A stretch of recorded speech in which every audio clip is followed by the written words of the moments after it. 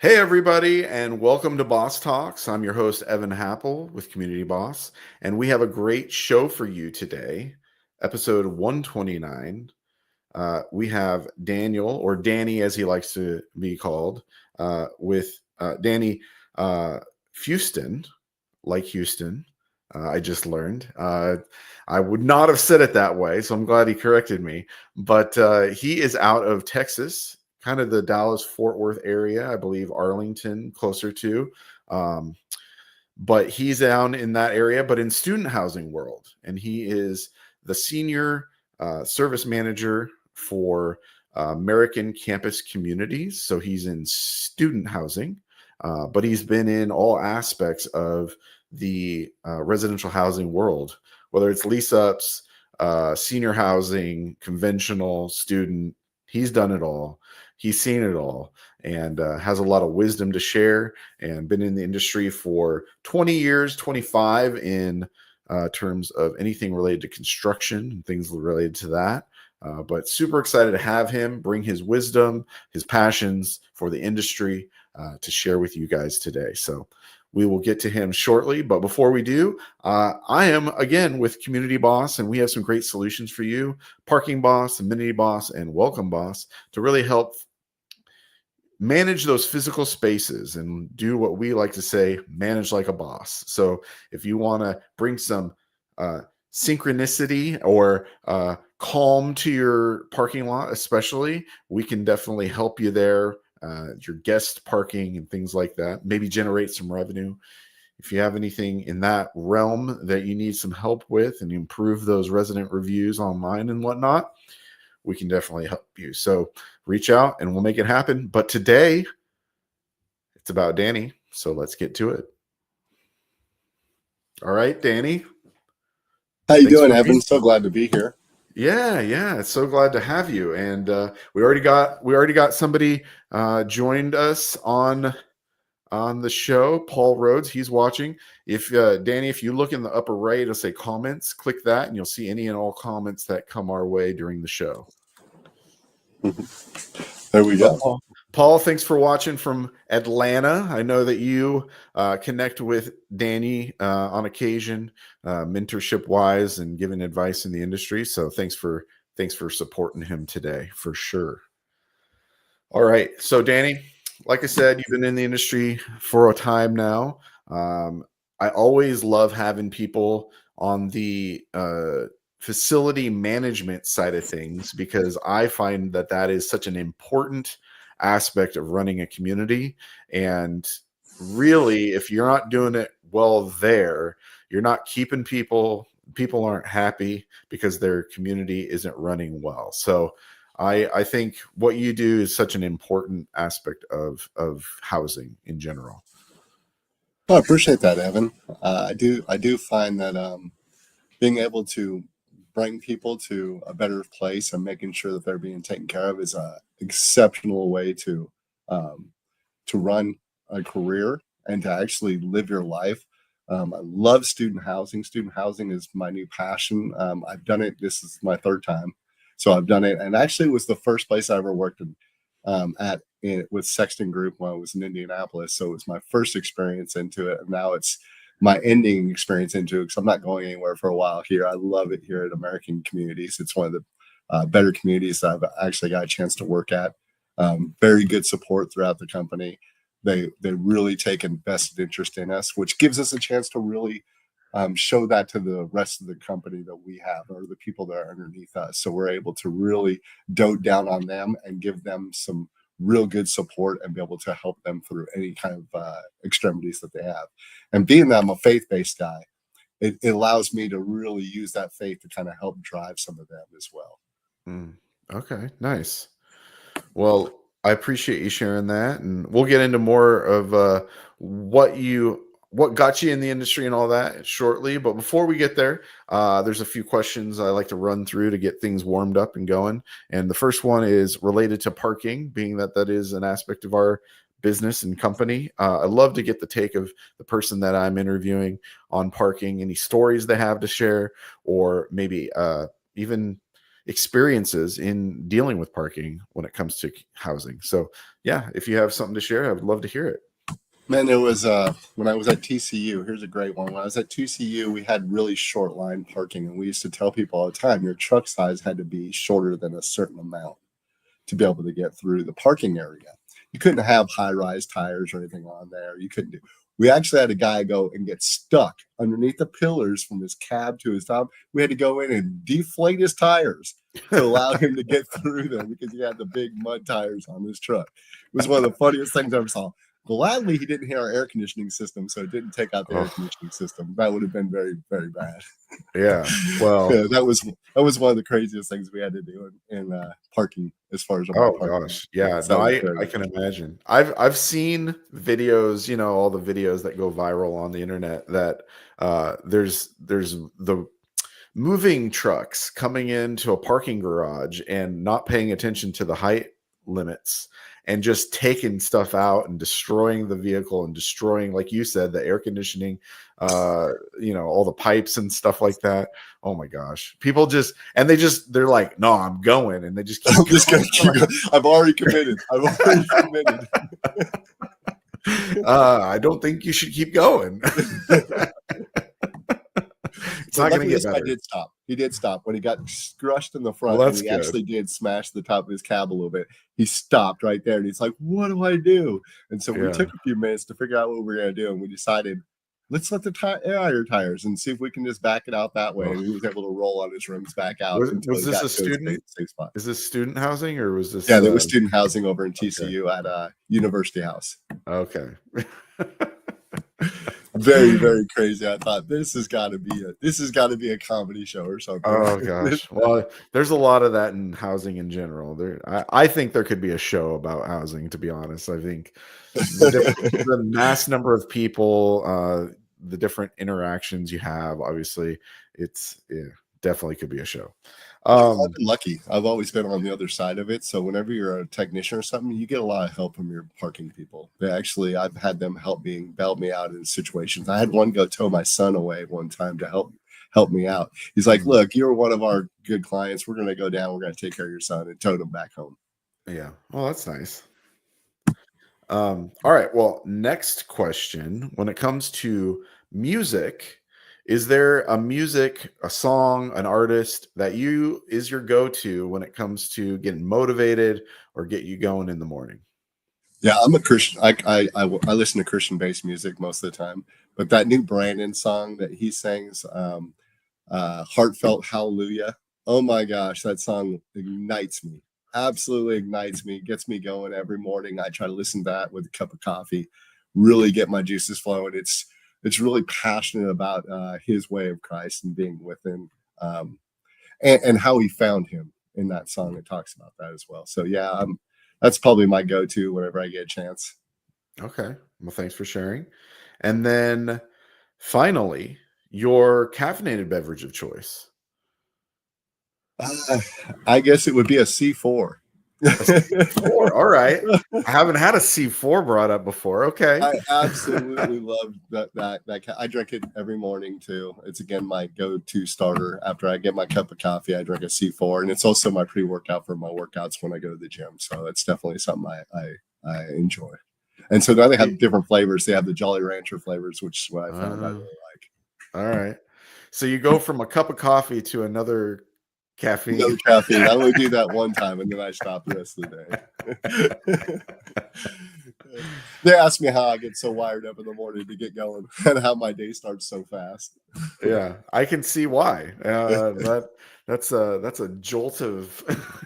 Yeah, it's like a Jolt Cola. Remember them back in the day? Oh yeah, I remember Jolt. Yeah. Just loaded with that was pre energy drinks. That was just it was pre energy drinks. Here's just caffeine and sugar. That's it. Well, I don't even have the sugar, so I get the caffeine. I get the sugar free style. Oh, okay. Yeah, I can only handle that kind if I have it. All right. Well, thank you for answering the questions. Now we're gonna jump right in. Like you shared, been in the industry a while, jumped around from different styles of housing, whether it's conventional, student, even some senior, I believe, lease ups, the whole gamut.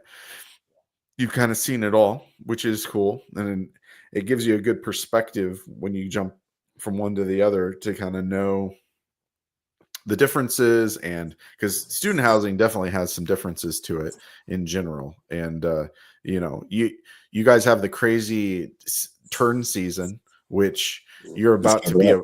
which is about to happen. Are Definitely you about ready for that. it? That's the question. Are you ready I for it? am actually. I've got my guys starting to gear up for that right now. But yeah, you're absolutely right. It's about a month of just go all out. I usually stay on property during that month, and I really just bunker down because it's usually about anywhere from 14 to 16-hour days every day for that solid month. Yeah. And you have to hire extra help, right? Oh yeah, we usually Contractors and use such. students. We Oh, usually use okay. students. Hire within Huh. the student community there, wherever we're at. We want to pay back to our community, so it's best to get people from the community to get them involved in what we're doing. Then they get to meet some other people that are living on site and gives them a chance to actually see what we're doing Yeah. and how our community is. No, that's interesting. I've never heard anybody say that. Yeah, that's how we do a lot of it. We'll market right there on UTA at the college, and we'll see what we can get from them within the college. I always found that best, and it gives them, because they're on that break time anyway, Sure. some extra money in their pockets. So once they're going to stay in this area anyway. Yeah. And maybe they'll end up working in student housing. I don't I know. love it, and if I can encourage them, that's what my job is to do, is to encourage them to try to join in with us and try to get more of these guys into our field, because as you see, we are kind of lacking a lot of talent, and our talent pool isn't big like it used to be back when I was younger. Yeah. When I first started in this, it seemed like we had plenty of people wanting to come, but maybe it's only because we had half as many apartment complexes Yeah. as well. So we've got a huge growth, especially in Dallas Fort Worth area. So anytime we can really pay back in and try to get those guys involved in stuff, it's almost like a free intern. It's almost like an internship that they get a chance to really see how it works. Yeah. No, that's interesting. Yeah, I like that. That's because it's temporary for sure. And like you say, they're already there and not taking classes. It's like they need a job. So Yeah, works out. I will be honest. One of the reasons why I jumped around to different ones is because I was told way back when I first started is if you can get yourself involved in each type of these um, of these industries and each type of these different styles, garden style, mid-rise, high rise, and then also the adult. No, it really gives you an idea of how each single one of these work, and so that way you Yeah. can really put your hands on more types of equipment and stuff, because every apartment complex has a different style of equipment, a different style of running, a different style of managing that property, and so it gives you more longevity. It's given me pretty good longevity in the industry, actually. Yeah. I mean, it means you can work anywhere. You can do it all for sure. Um, Looks like somebody had just a comment, which I love. Not sure who they are because their name for some reason isn't popping up, but they're from if it's the same person, they're from Fayetteville, North Carolina. So if maybe you want to say who you are in your comments, that'd be awesome because I'm not seeing it. But they said, great point that part of our talent shortage may be the number of apartment communities. So yeah, I think that there's definitely a correlation. We just keep building more and more. So and and I mean, honestly, you guys have the best opportunity in student to kind of like maybe reach out to new people because you have those people that are going to school, haven't decided on a career yet.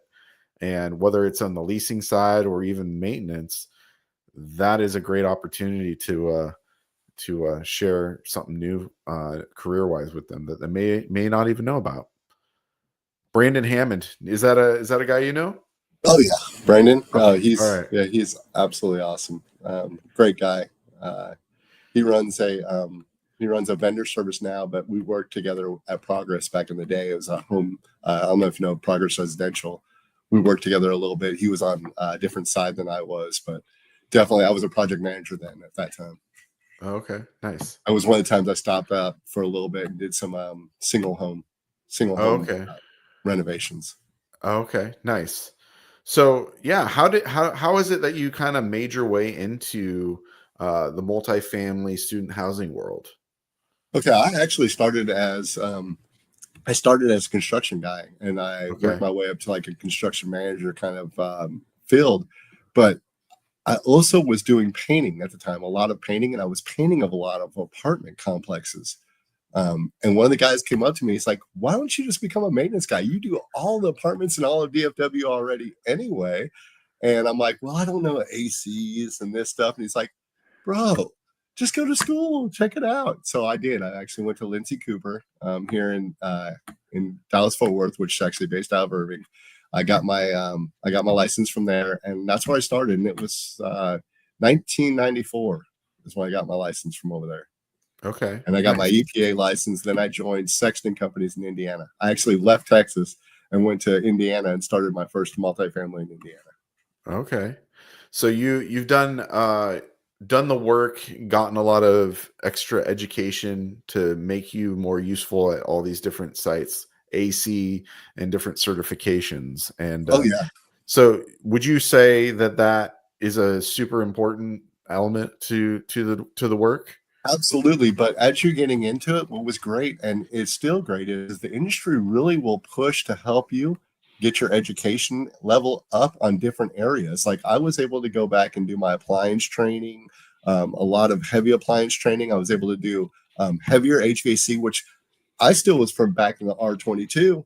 I got to learn how to do 410A through the apartment complex. And of course, I did take a little break and did some HVAC work as well. I just love HVAC. I think air conditioning is great. But I have learned throughout a lot of time that people who are in construction are great for multifamily because they understand the little nuances that are going to happen to you. It's not always about being able to uh, know every little thing. It's sometimes about being able to um, think on the spur of the moment and find a solution that might be outside the box that you're normally used to. Yeah. Well, and depending on who you are, it might be a change of pace that you welcome because you're not working outside, you're not living and dying on using porta potties and That's absolutely true. That is absolutely true. We did do that. That was one of the things we did do, and we were outside 24/7. So when I was able to start moving inside and outside, that was a blessing. I will be honest with that. And plus, you get to build these relationships with people throughout the areas and the different types of people you get to deal with on an everyday basis.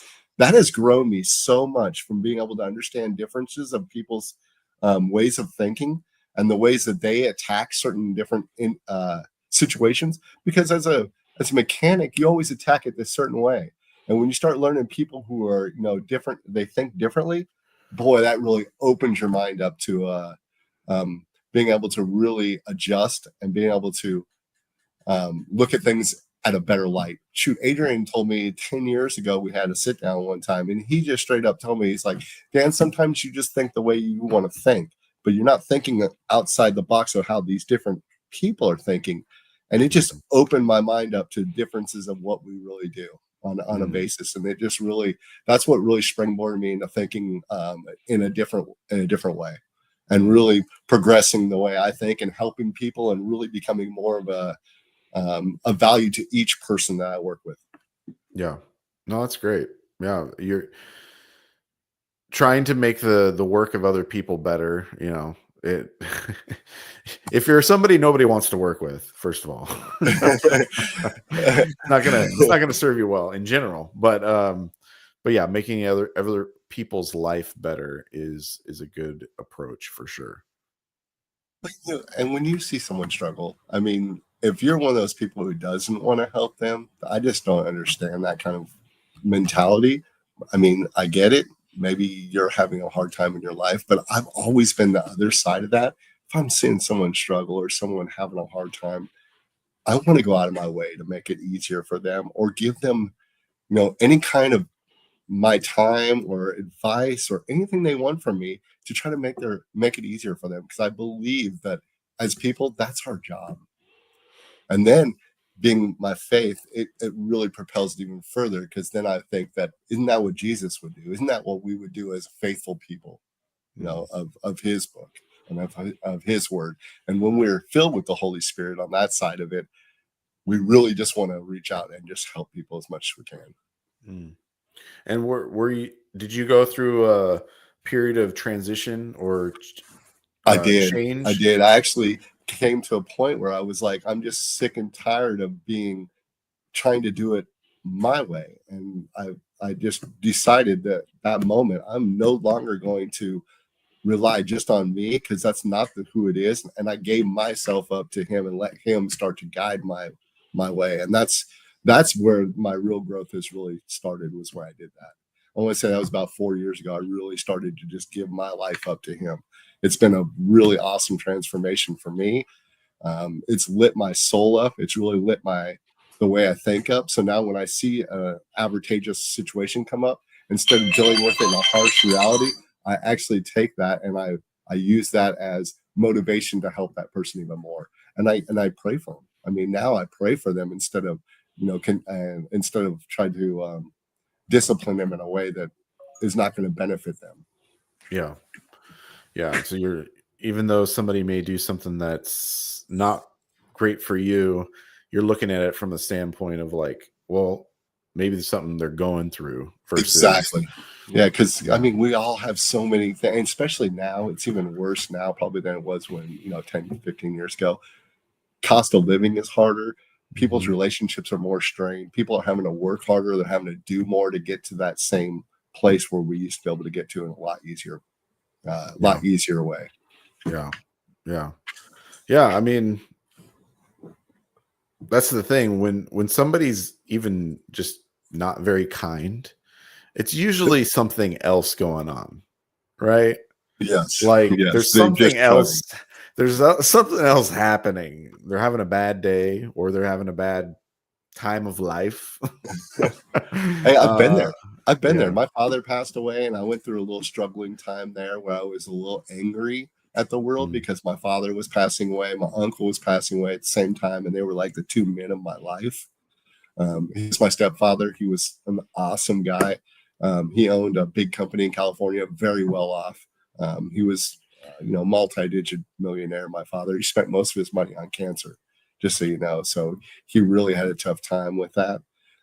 So watching him go through that kind of made me a little angry, a little bit deep down inside for a little bit.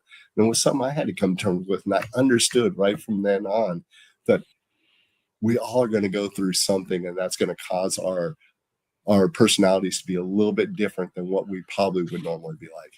yeah. Yeah. Yep. And yeah. So it not yeah. And it can be challenging to deal with people that are going through stuff. And it doesn't mean it It doesn't really have it doesn't mean it doesn't have consequences either, but it does mean that there can be consequences, but there can also be a response, like from a individual basis. Like you might lose your job, but I'll talk to you. See, I try to get them to go outside that and say, look, let's not talk about this while we're at the job, so it's going to Mm, cost you your job. Let's go yeah, into a yeah, situation or into an environment where it's more of a personal, where we can actually just talk about it.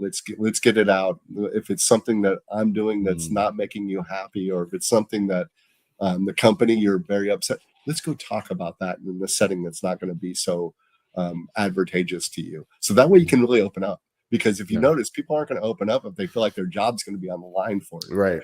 Yeah, it. no, it's true. Yeah, they're not going to. No, that's good. Yeah, that's great that you have a heart to really serve those you work with, and you want to see things better for people regardless of how they're treating you.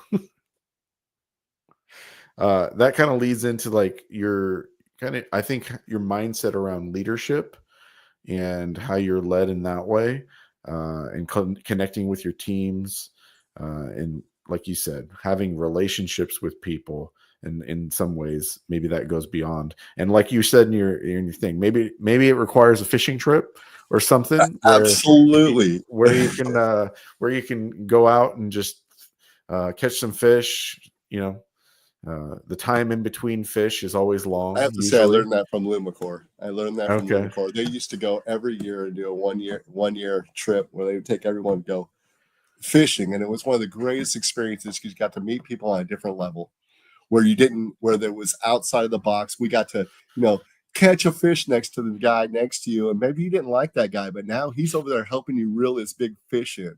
He's over there, got the net for you, and you're like, man, thank you so much. It gives that whole perspective of what we really do another look. Yeah. Another feel. Absolutely. So, is there any other pieces of advice that you have, or things you've come to learn when it comes to how you lead people that you're in your care at work? I think that I try to lead people to find the value that they have. I think that every single person that we have and we get to work with has a value of its own, and then I try to help them find what their strengths are. And again, someone told me a long time ago, double down on your strengths. Your weaknesses are your weaknesses. You're never going to be super great at a weakness, but you definitely can make your strengths awesome. I mean, amazingly awesome. And I always thought that was some great advice. At first, I kind of rebutted on it. I'm like, don't you want to do your weaknesses too? But then I thought about it, and I really, as I've grown better, I've thought about it even more. And it's like, your strengths are what make you so awesome to everybody around you. And if you can double down on those and make those even better, like mine is being an empathizer and an encourager. I love to encourage people to become better at what they are. Yeah. And I already see, a lot of times I already see where they can be, but I think it's up to leadership to be able to direct them to that. I don't think it's just their job to become that. I think it's leadership's job to direct them in the right way to become what you know that they can become. Sure. Yeah. And I've seen a lot of people do it. So it's not like I've seen a lot of people surpass me. They've gotten much higher up than I have. And I thought that is amazing. I think that they were already that awesome, but they just didn't have the people around them to encourage them to get to where they were, where they eventually got. And you don't get mad that they're surpassing you. You're more praising the fact that, hey, they're having success. Why would I get mad at them being successful? That only makes me feel awesome because I got to work with them and they were part of my journey and I was part of their journey to get there. Yeah. That is amazing that I got to watch them grow into what I knew they could be already. Yeah, no, I fully agree with you. There are people, for some reason, they don't want people doing better than them. And I don't understand that. It's like I don't get it either. It's not in me. I don't get it. I just look at it like this. Look, they deserve it, just like I deserve a chance. They deserve a chance, and when they make that happen, man, I'm over here clapping 100%. I'm going to be their big supporter. I'm going to be on their page going, I'm so glad you finally took that chance and did what I knew you could do. Well, and kind of along those lines, I believe this is Brandon. He had a question just about how do you not only keep the perspective yourself, what you're talking about and having empathy and all that, but how do you coach that into your teams to understand that perspective and start carrying out that level of empathy? I empower them to take advantage of all the because I try to give them space to be able to create themselves, and so then I empower them to double down on that space and be able to really hone in on what makes them happy. And for me, I always, if I'm the way I keep my empathy, the way I keep my happiness is I look to the Word, and so I look into my faith, and that's how I keep my perspective about a lot of things. Is because I look at, man, Jesus went through something way worse than I could have ever gone through, and so I always look back to that I'm only going through this for a few minutes, what He did for an eternity for me. So.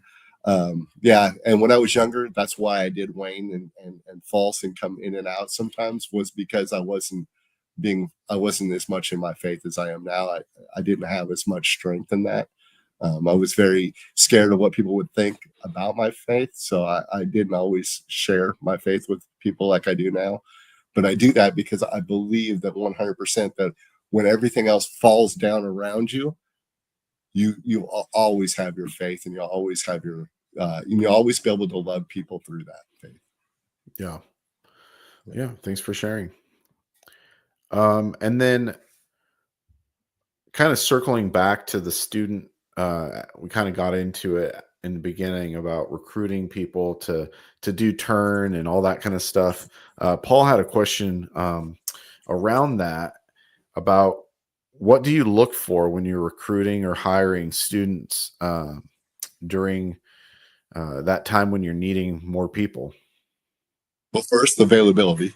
That's always going to be number Yeah. one. But second is going to be people who are willing to want to put their hands on things. And you can tell when you're talking to somebody if they're just one of them kind of people who just love to do things, love to help people.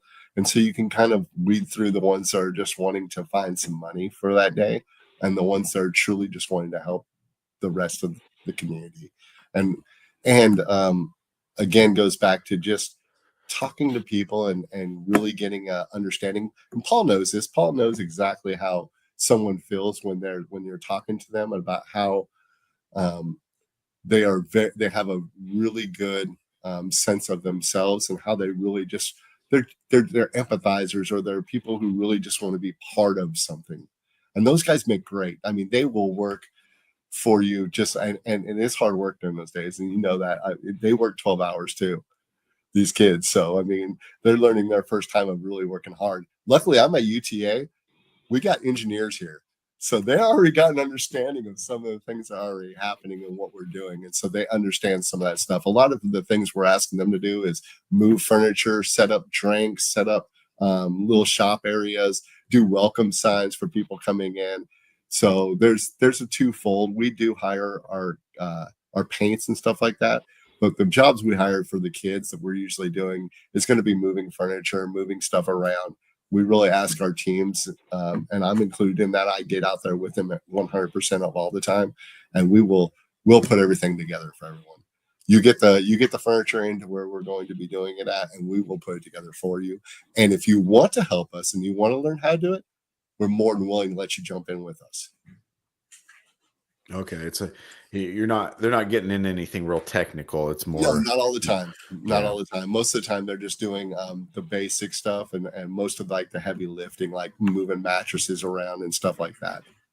Yeah, which is a nuance of student housing is that Yeah. most I of the mean, time, 380 mattresses. I mean, someone's got to move 380 yeah, well, mattresses. it's definitely different than conventional, right? You provide furniture, beds, Yep. TVs um, at one of our yeah, properties. We do TVs. We do all the furniture, so dressers, all the living room furniture, sofas, all that stuff comes in.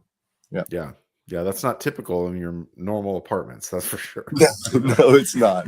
Yeah, It definitely throws a wrinkle on everything because you guys remember we have to remove all that stuff so we can go and paint it too during the turn yeah, season. So yep. that's Paint it, definitely clean it, deep clean, all of it. and now we do ask them sometimes to do like a sparkle clean and stuff, and we'll send one of our cleaners with them, and they'll learn how to do sparkle cleans and stuff like that, and do little I call them fresh ups to make them ready at the Mm. very end, because as you're going through, you're gonna have little things that are gonna happen, so you have to have some of those units freshened up. So we do ask them to do that. But another thing is they get free food too during that whole time. Food is free the whole time they're Yeah, there. All their yeah. snacks, all their drinks, I everything. don't know a college student that's turning that down. Exactly, then you're getting paid on top of it. So I think that's a plus win for everyone, and then they get a chance, like I said, to really get a chance to look and see if it's something they want to do. Some of them are Yeah, marketing people. Maybe they want to come into as a leasing agent until they get their feet wet, yeah, yeah. and I mean, they get a chance to deal with our CAs. yeah. No, and I think back to when I was in college. I so I did some work as a cleaner. I cleaned businesses after hours and all that kind of stuff. So there was definitely an element. I mean, if I worked on an apartment, it'd been, useful in that way too. Wouldn't it have been nice But if it was right across from where you went to school at? yeah, yeah. And also like get housing out of it. I don't know. But I also did painting. I did painting for multiple summers and ran crews with it was College Works Painting is what I did it with. It was a student. I knew a lot of kids who did painting as a college thing. I knew a Yep. lot of kids, and we're more than welcome if you want to do a touch up on a paint and you're qualified to do that. 100%. If you want to jump into one, we do touch ups in house, so Yeah. there is that opportunity to do that. But we're not going to force anyone to do anything that they don't feel comfortable with. Now we will Yeah. help them if they say, "Hey, I want to learn how to paint, man." Like, let's come on, let's Yeah. go. Well, and I want to say, like, eventually they're going to live somewhere and maybe they own a house or whatever. They're going to have to do this stuff on their own potentially, right? So Yeah. it's like, might as well learn this stuff early. Now, I hired college kids when I was doing my construction company as well, when I was Yeah. doing painting and remodeling. And so I would hire college kids that were going to school, and some of them were becoming, bioengineers and stuff. And they're like, I just want to learn how to take care of my house. Hmm. I'm like, come on, let's go. And I would show Yeah. them how to do full breakdowns, build in closets, build in extra rooms, do full drywall. They knew how to do patching, drywall, full drywall rooms. They knew how to frame out stuff. They knew how to paint anything after Yeah. they were done with the summer with me. Yeah. Well, I must say, like, painting has served me well. This room I'm in is a shed in my backyard that I added to my house so that I had a workspace, but it was a shed, so I had to finish it. So I put in the flooring, I put in the drywall, I painted it, textured it, insulated it, wired it for power, all of it. I didn't know how to That do is most of awesome, it man. beforehand.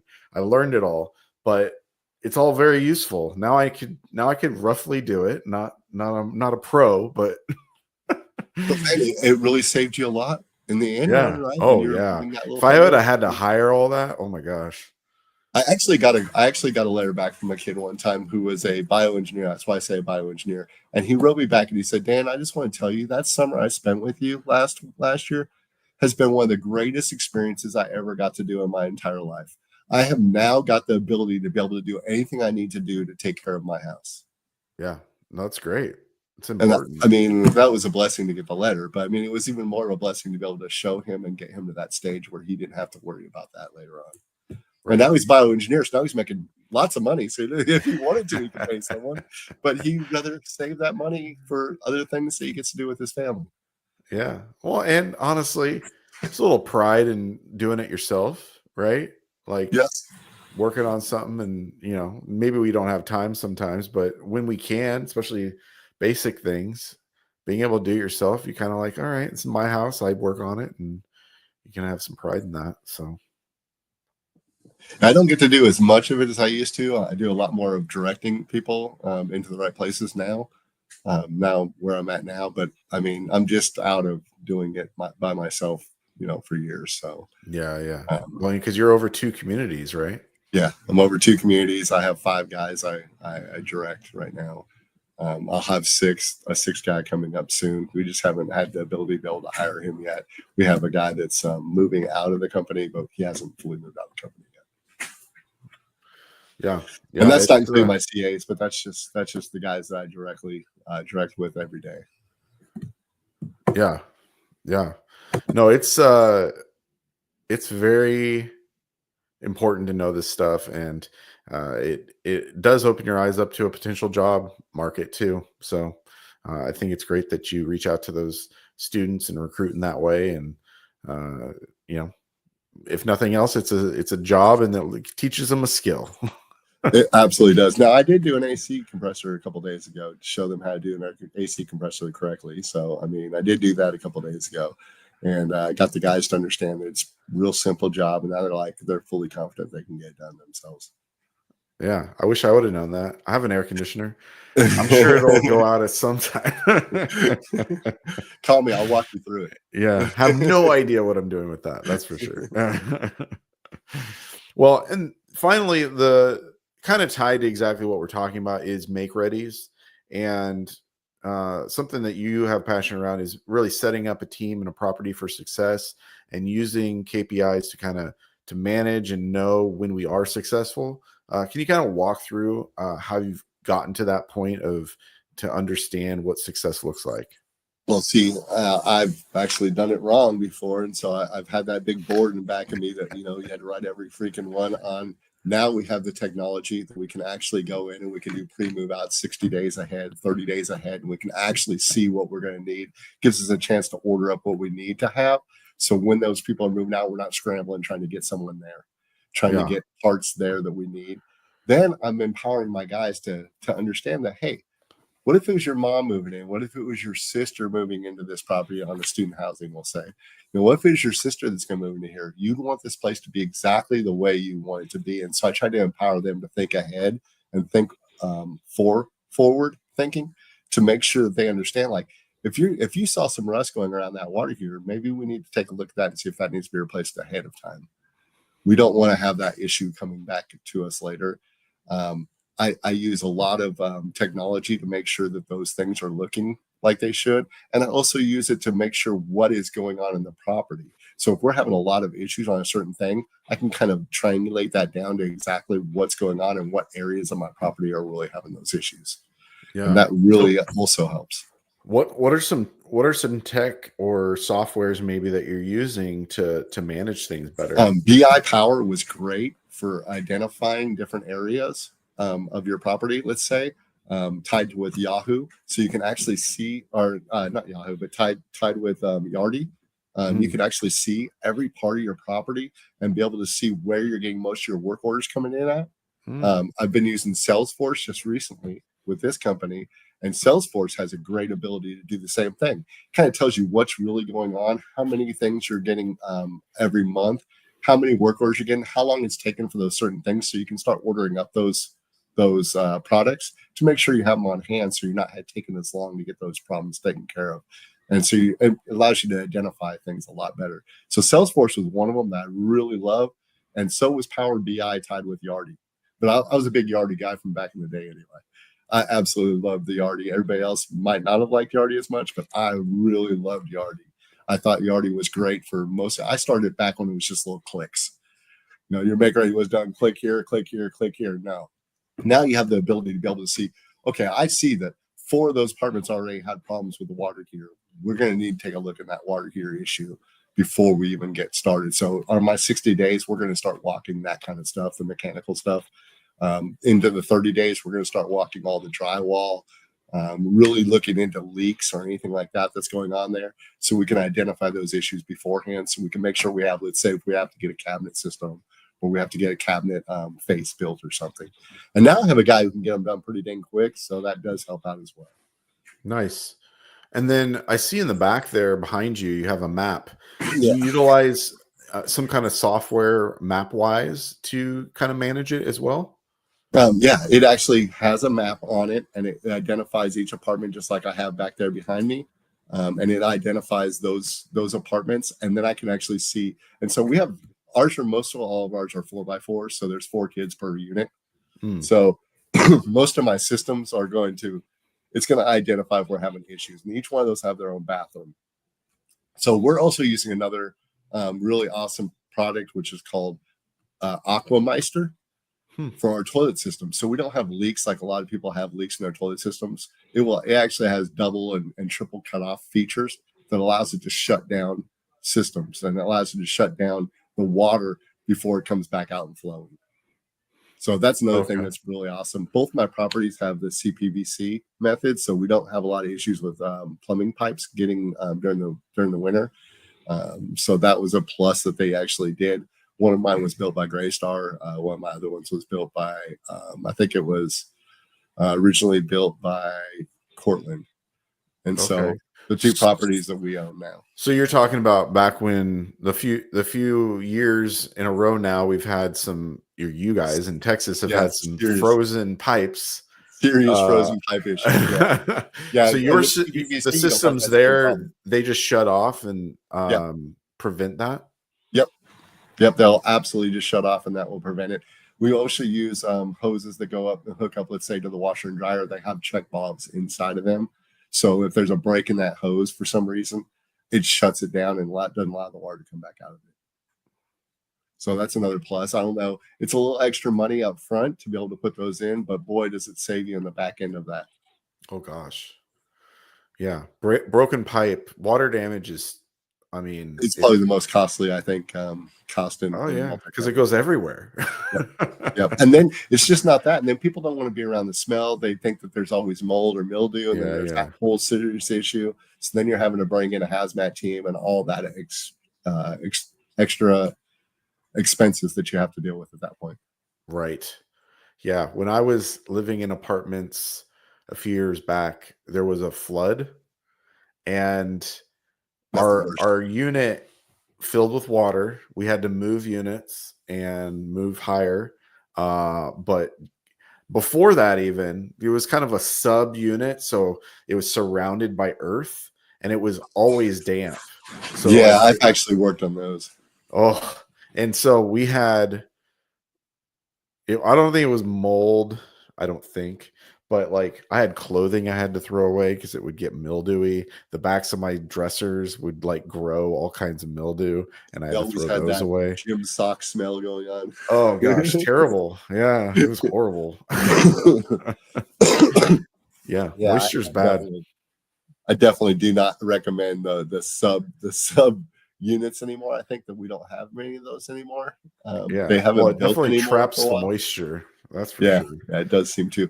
And now I think what they've done is they don't put the windows in that they used to have. Now they do them where they're plated glass, so there's no more opening of that window, so there's a lot less chance of Well, that coming in. and what's the experience? I don't know what it's like to be in a like really humid climate. I mean, obviously it's damp here, but does that have an impact on like moisture in buildings and stuff?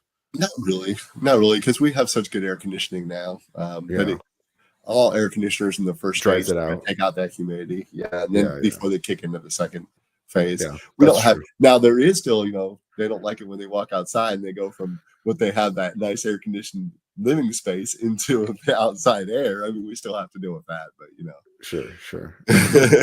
Yeah, yeah. Every time I go to Texas, which I feel like I go every year. I don't know. I go to Texas a lot.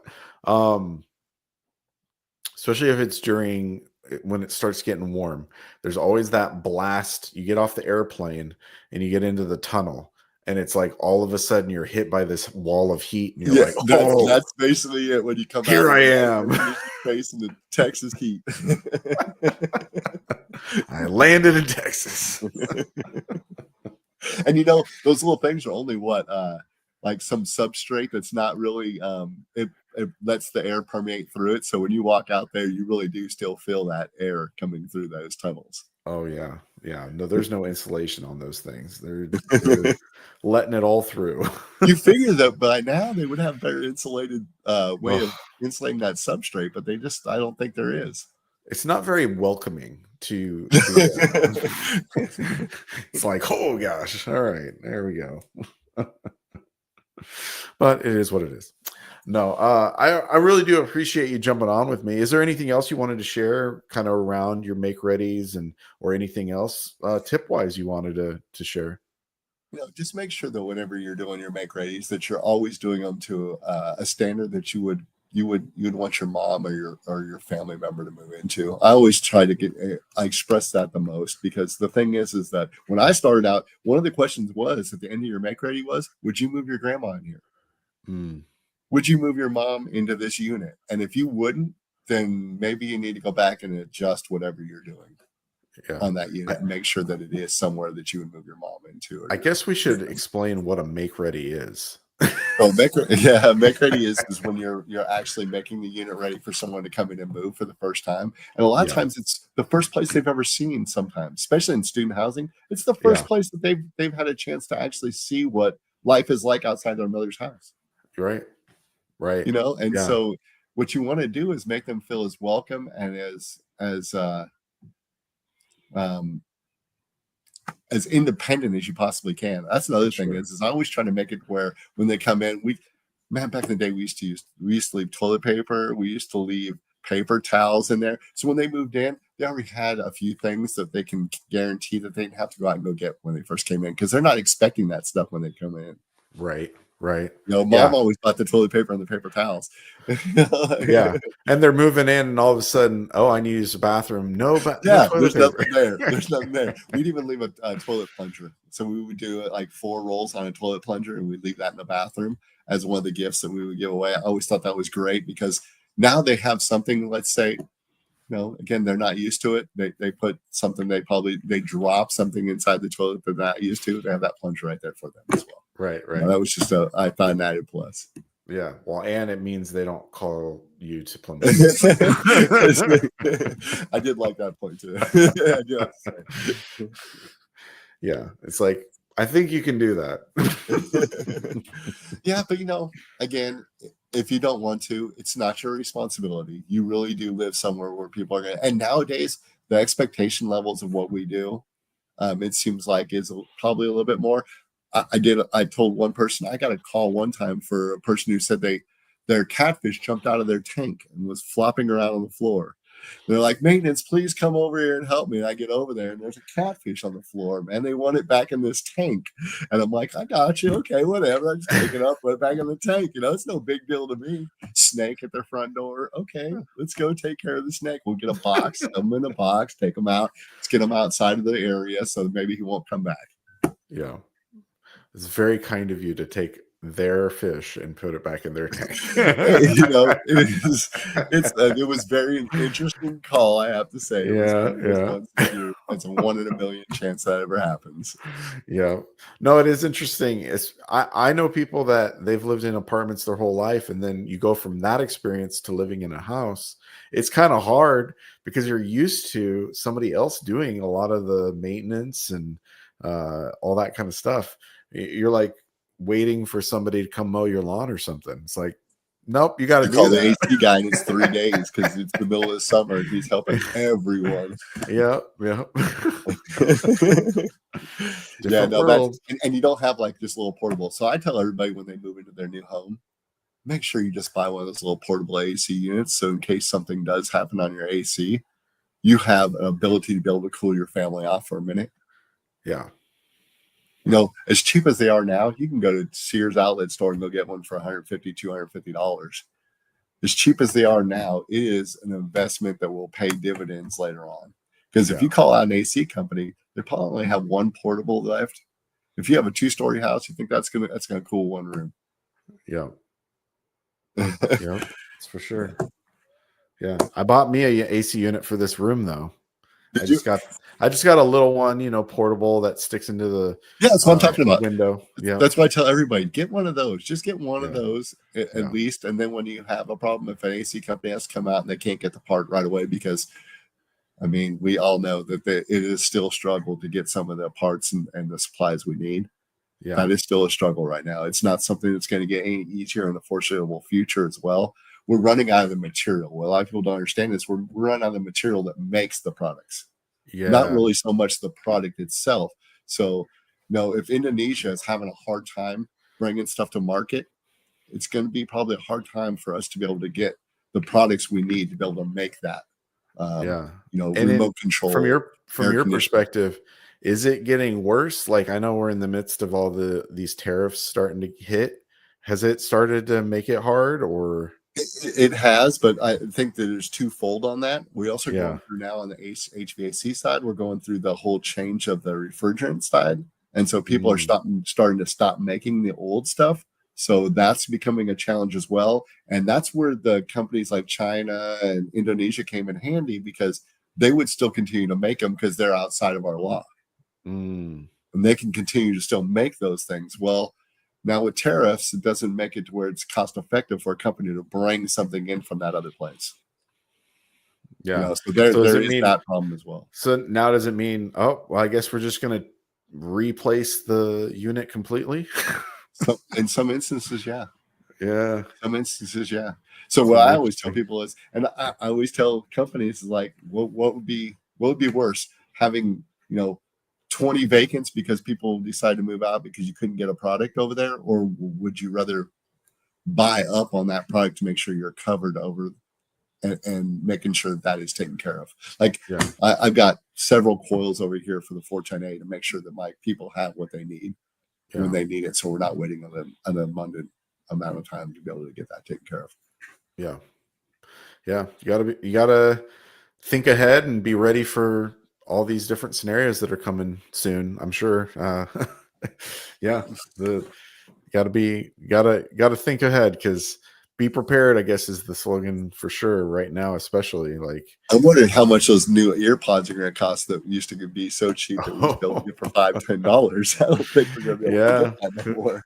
Who knows? Yeah, it's going to be interesting. And did I hear that some of those smaller companies were now starting to say, hey, we don't even know if we're going to be able to afford to stock a lot of that stuff. Oh yeah. No, forever we got stuff from like Wish and all these little companies, that were able to get stuff for a super cheap price, that were outstocked or overstocked in different countries.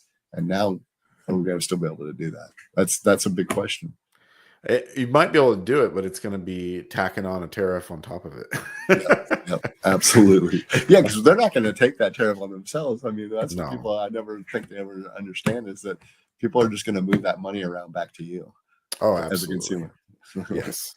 Yeah. No, it's going to be interesting to see what happens in all facets of life, both in maintenance, and just everyday life. See how things get affected for sure. Well, Hopefully I housing do. prices go down.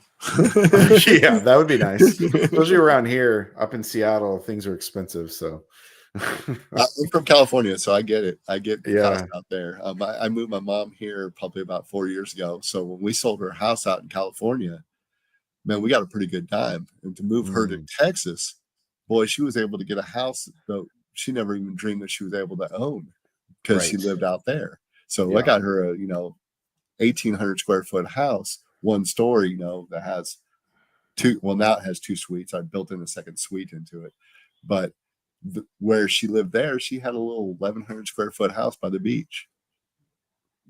She was able to take the rest of that money, put it back, so she has a nest egg for the rest of her life. Yeah. No, that's great. That's great. But that was a plus. I mean, so I do understand the difference in cost valuation between where you're at and where we're at. Yeah.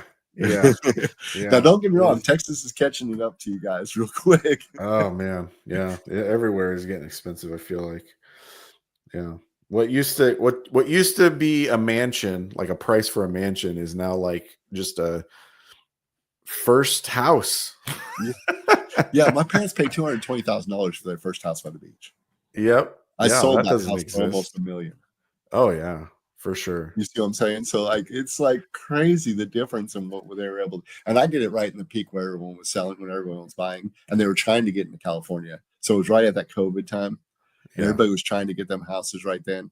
I was able to sell hers, and then I was able to find a lady who was older who didn't understand the valuation of houses yet, and be able to get her house and just pay cash straight away for it. Right. Yep. Yep. It is a problem, and we're not meeting what we get paid versus how much a house is not. They're not coming together. It's not getting better. It's not getting better.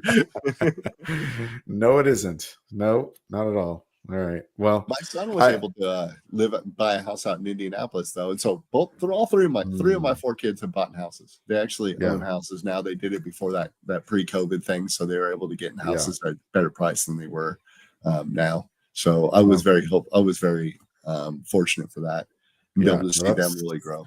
that's great that they were able to do that, because I pity people that have to buy right now. They've never bought a house before, and all of a sudden they're looking at it and they're like, how? Like, That's the other thing, Evan. I saw people coming from where you were at, maybe Seattle and California, never even got a chance to look at the house they were getting into and didn't understand the complexities that we have here in Texas, or some of the issues we were having. And so they were coming into a house that was not what they expected them to buy, what they expected they had bought when they came down here. So there was a lot of that going on. There was a lot of, I call it buyer's remorse, and the early stages of that. And I just really felt for those people. I really did. I thought, man, there had to be a better way to be able to do that. Yeah. Well, you guys had was it like 500,000 people at the peak moved to Texas? Yeah. I moved there in '93, so I was way before those came out. That's a huge number of people to all of a sudden descend on Texas. Man, you should see our roads now. Oh my gosh. I thought, I lived in California, so I remember when it was like there. Now it feels like the same thing here now. We basically have those kind of roads now. It's rush hour traffic, it's an hour to get home. Yeah. Yeah. Where it used to be, 30 minutes, no problem to get from Arlington, where I'm at. It was about 25-minute drive now. Yeah, no, it's definitely gotten crazy. I remember talking to some of the Uber drivers in Texas, and they were like, "Yeah, it's been nuts, been nuts." My buddy, he loved it up there in Seattle, though. He worked over at one of the high rises over there by the water side. Um, his name was Kevin and LaRose, and he worked for one of the bigger companies out there. He was a regional service manager, and he absolutely loved it out there. He Yeah. absolutely loved it. He loved the weather. Well, of course, you guys got great weather, though. I probably wasn't there during your guys' wet season, I think, but he really loved the weather out there. He's now back where at his home over in Alabama area, Atlanta area, but he absolutely loved it out there. Yeah. No, it's a nice place, and like you said, certain seasons are better than others, but I don't know if anybody can beat our summers. It's That's pretty absolutely great. true. Yeah. Indiana was pretty good now. Indiana was like 80s during the summer, 85. I kind of like that. Hardly any humidity. Of course, they called it humidity. It was like 30 degrees. And I was like, no, or 30%. I'm like, no, it's not really humidity. I've been to Florida too. I've lived in Florida. Oh So yeah. I did some work in Florida for a while. And I had both my boys actually in Florida. Both my girls were in Texas, but both my boys were born in Florida. And yeah, I lived in that. That was a weather change for me when I came from California to Florida and Texas. I figured Texas and Florida were kind of about equal. Yeah. You know, you had your hot times, but it's colder in Texas. It gets colder. We're Florida. It just never gets down to that degree of cold. I was on the Bay side, so I lived over by Bradenton, Sarasota area. So we didn't have that same kind of coldness. Like I used to call it 2 weeks of 20 degrees. That's it. That's all we had. Yeah. Well, it's cold for that short period, but that's right. Yeah. Otherwise, humidity and heat. Yeah. Well, Danny, I really do appreciate you jumping on with me and sharing some of your passions and your insights into the world you're in with maintenance and keeping up your facilities and leading people. It really is a testament to your work and the things you've learned along the way. And sharing it with others is always important and great to do. So I appreciate you joining me today. Evan, it was a pleasure. I really enjoy you. Like I said, I've always been a big fan of yours. I always thought you were a great guy. I thought your show was awesome. I've always wanted to be on here, and it was a blessing to be able to talk to you today. Yeah, well, I'm glad, happy to host you. And just like Danny, just like you jumped on, this is an open platform for others too. So if you are a boss at what you do, if you have things to share and passions you want to share with other people, I want to host you. So if you have something you have on your mind that you want to share with other people, obviously reach out to me and we'll make it happen. And we'll get you on the calendar for a future episode of Boss Talks. But today it's been all about Danny, and thanks for watching.